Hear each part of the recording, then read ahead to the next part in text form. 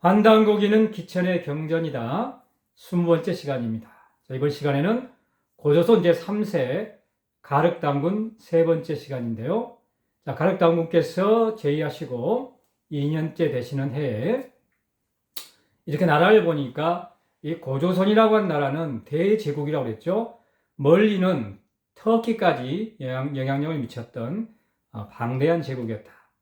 자, 그렇기 때문에 각 지역마다 언어가 서로 특수해서 자, 소통이 되지 않았다는 거죠. 말이 통하지 않았고, 자, 문자가 있었지만, 자, 문자라고 하는 것은 상형 문자, 표현 문자, 즉 한자가 있었죠. 이 한자는 배달 14세 좌우지환 때, 치우천왕 때 제후였던 창일이라는 분이 이 한자를 창제했는데, 바로 이 한자도 우리 글자죠.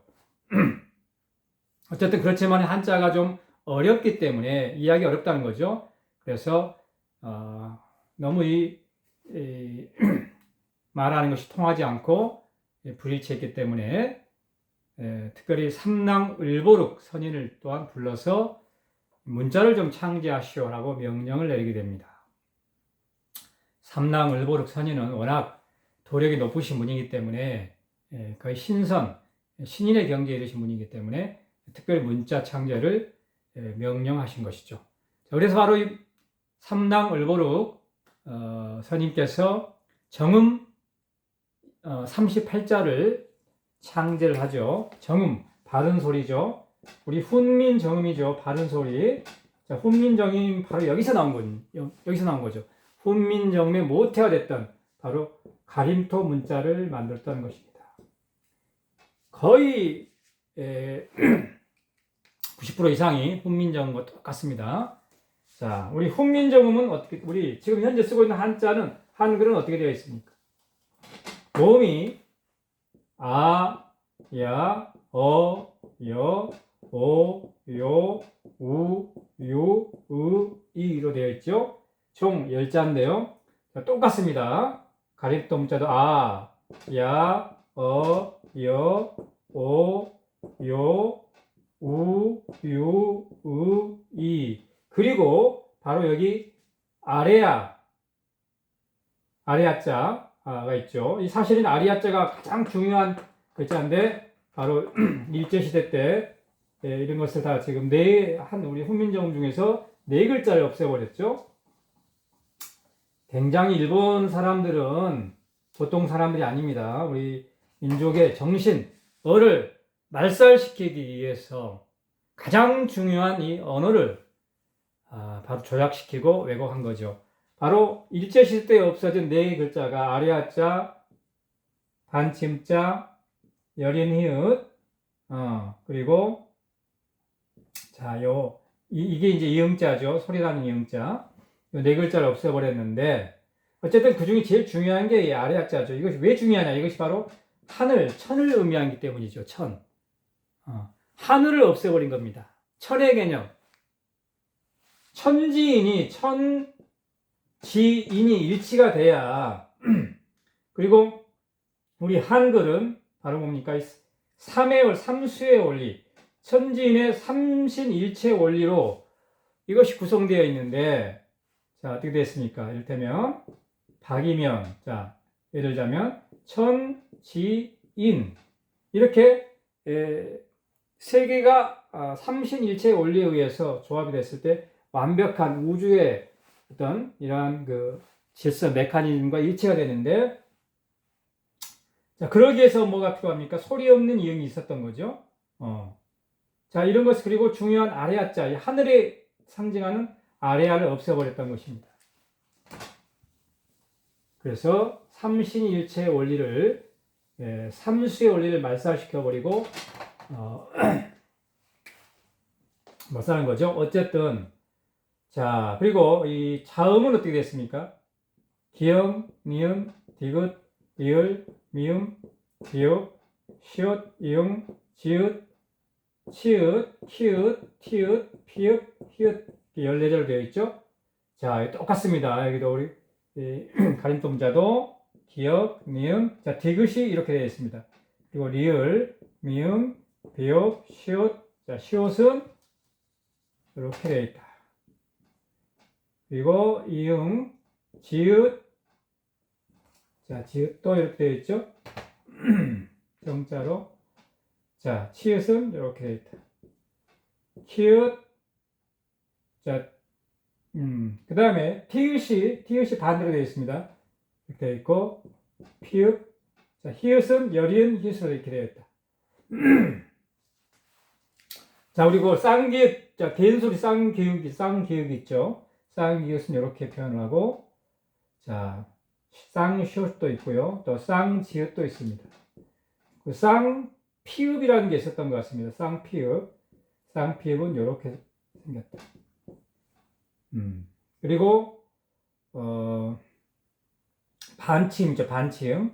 자, 반침도 쌍반침이 있었고, 반침과 비슷한 글자가 이런 글자가 있었고요.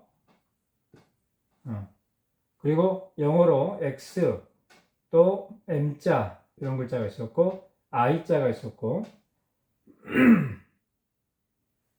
그리고 A자랑 비슷한 이런 글자가 있었고, 영어로 H자, 우리 모음으로 H자죠, H자 이런 글자가 있었다. 그래서 총 38자의 이러한 정문을 만들었는데, 이것을 단군세기에 지금 수록이 되어 있죠. 이 단군세기에. 그런데 단군세기를 지으신 행촌 이암 선생의 손자분이 바로 도천 이원 선생이신데, 도천 선생은 세종대왕의 스승이셨고, 세종대왕 때 우의정, 좌의정까지 오르신 분이죠. 그렇기 때문에 바로 이 단군세기를 학문을 좋아하는, 역사를 사랑하는 민족과 나라를 사랑하는 이 세종대왕에 진상하셨겠죠, 당연히. 따라서 이 단군세기에 수록된 이 38자의 가림도 문자를 본떠서 바로 한글이 창제됐다라고 볼 수 있겠습니다.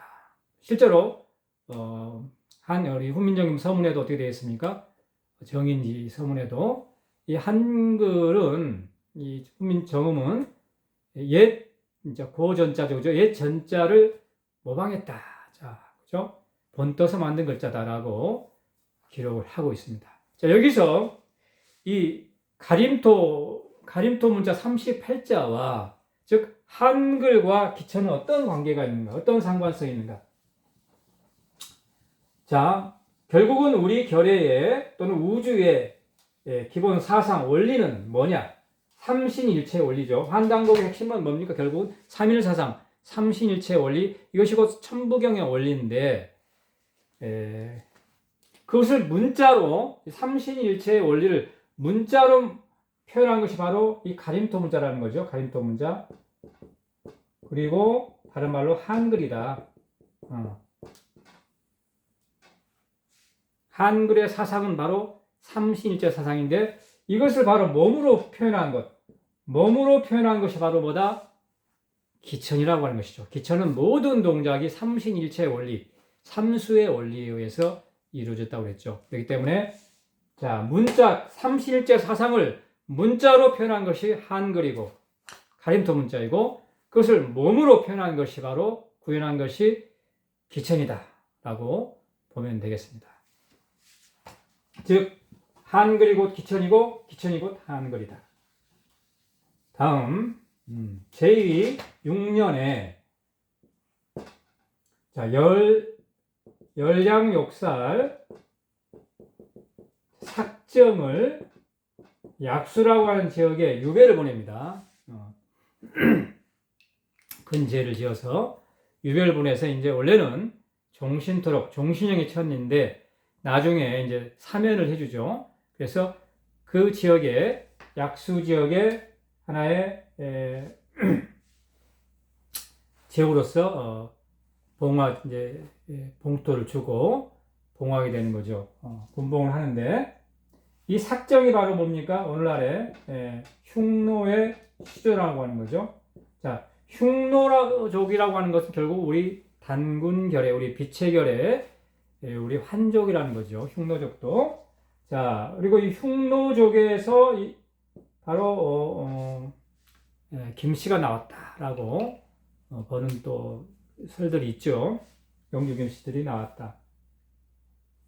자, 어쨌든 여기서 우리가 주의 있게 받을 게 뭐냐면 이 욕살이라고 하는 개념인데요. 이 욕살이라고 하는 것은 지방장관, 고려 때 지방장관이다. 자, 지방의 장관, 행정 장관이다라고 역사 시간에 국사 시간에 배웠는데, 자, 고구려는 크게 5지역으로 나눠지죠. 이렇게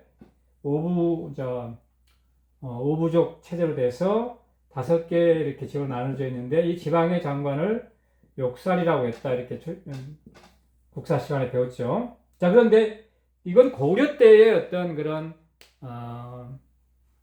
행정 시스템, 행정장관 이름이 아니고 바로 뭡니까? 고조선 시대부터 욕살이라고 하는 개념이 있었다는 거죠. 근데 이 욕살이라는 말의 의미가 뭐냐? 높은 군사라고 하는 겁니다. 높은 군사. 그러니까 상당히 뭡니까? 무예가 뛰어난, 즉 약 상장군, 즉 한 포스타 정도 해당되는 그런 직급이다라고 보면 되겠습니다. 굉장히 무예도 뛰어나고, 그리고 뭡니까? 행정력도 뛰어난, 즉 군사와 행정이 일치된 그러한 어떤 직급을 욕살이라고 보면 되겠는데, 어쨌든 자, 그렇다면 높은 군사라고 하는 건 뭡니까? 결국은 무예가 뛰어난 사람이라는 것이고, 무예가 뛰어나다고 하는 것은 무예가 존재했다고 하는 것이고, 자, 최고의 무예 중에 하나가 바로 뭐다? 최고의 무예가 기천이라고 하는 것이죠. 우리 기천의 대왕지님께서는 이런 말씀 하신 적이 있습니다. 불허타무다. 타 무예는 불허한다. 타 무예하고는 상대가 되지 않는 그런 유일무이한 무예로서 유일무이한 것이 바로 기천이다라고 하는 말씀을 하셨는데, 자, 싸우지 않는다는 거죠. 왜 싸우지 않냐? 싸우면 이기기 때문에 싸우지 않는다. 어쨌든 욕살이라고 하는 개념에서 우리는 무예를 유추할 수 있고, 그것은 곧 그 무예는 결국 뭐냐? 기천이다라고 할 수 있고요. 자, 두 번째, 제8년도에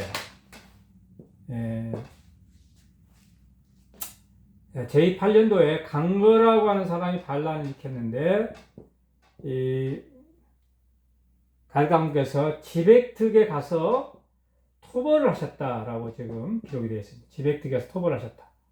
강거의 반란을 토벌을 하셨다는 건데요. 그 지역이 지백특이다. 지백특은 곧 어디냐? 티베트인데요. 자, 우리 고조선의 강역은 엄청 넓었다고 그랬죠. 티베트까지 그 영향을 미쳤다는 것이죠. 자, 티베트까지 가려면 어떻게 됩니까? 말이 있어야겠죠. 물론 뭐 직접 갔지 않을 수도 있고, 우리 번조선은 또 중원 지역에 있었기 때문에 중원에서 어떤 번왕을 또 장수를 보내서 토벌할 수도 있겠습니다만, 어쨌든 자, 만주에서 티베트까지 또는 중원에서 티베트까지 가려면은 그냥 걸어갈 수 없지 않습니까? 그죠? 자, 말을 타고 갈 수밖에 없다. 그렇다면은 치마수라는 게 있어야 한다는 거죠. 말 타고 달리는 치마수. 그것이 곧 뭐다? 기천이라고 하는 거죠. 기천, 태양여권, 맞범, 내가신자. 자, 말 타고 달리는 자세라고 그랬죠. 그리고 제10년도에 두지주라고 하는 그런 지역에 예읍이라고 하는 거울에서 반란이 일어났는데, 그 추장이 우두머리가 소시머리라고 하는 그죠? 추장이 반란을 일으켜서 여수기를 보내서 참하겠다라고 되어 있습니다. 그래서 자, 소머리를 갖다가 참하게 된 거죠. 여기서 바로 우두. 나중에 이것이 이제 한자로 글자가 차음이 돼서 전음이 돼서 우두라는 말이 되는데, 자, 우두국 소머리 나라라는 얘기죠. 자, 이 사람의 후손이 나중에 BC 667년에 일본으로 건너서 뭐가 됩니까? 일본의 천황이 되죠. 그 얘기를 이제 나중에 사망광경 번개에 나오는데요. 어쨌든 자, 이때도 결국 뭡니까? 반란을 일으켰다는 것이고, 반란을 일으켰다는 것은 전투가 있었다는 것입니다. 그래서 고조선 초기부터 서로 또 반란이 일어나서 전투를 했다. 자, 전투가 있었다고 하는 것은 병사가 있었다는 것이고, 병사가 있었다고 하는 것은 무예가 있었다는 것이죠. 그 무예가 뭐냐? 바로 기천이다라고 우리는 볼 수 있다는 것입니다. 자, 오늘 고조선 제3세 가륵당군의 그런 업적과 기천과의 상관관계, 첫 번째 가림토 문자를 만들었는데, 가림토 문자의 창제 원리, 한글의 창제 원리가 바로 뭡니까? 천지인, 삼신일체 원리에 의해서 한글의 창제됐듯이 바로 그것이 몸으로 표현하는 것이 바로 우리 기천이다라고 하는 것이고, 자, 두 번째 욕살, 욕살이라고 하는 말에서 우리는 뭡니까? 자, 굉장히 높은 무예가 뛰어난 존재가 있었다는 것이고, 그리고 두 번의 반란에서 전투가 있었는데, 전투가 있기 위해서는 바로 뭡니까? 무술이라고 하는, 무예라고 하는 것이 있어야 되고, 멀리 티벳까지 가기 위해서는 바로 치마술, 말을 타고 달리는 그러한 기술이 있어야 되는데, 우리 기천은 이 동공에 가기 전에, 동공을 수행하기 전에, 이 전공, 즉 외공이죠. 무예, 본격적인 무예를 수련하기 전에 기본 동작인 이 전공법에서, 육합이라고 하는 전공법에서 이미 이런 무예 기본 수가 다 여기 있다는 것이죠. 바로 말을 다른 마법 내가신장으로 치마술이 되고, 또한 궁술이 되고, 번박술이 되고, 검술이 되고, 창술이 되는 이러한 훈련을 전공법에서부터 트레이닝을 한다는 것입니다.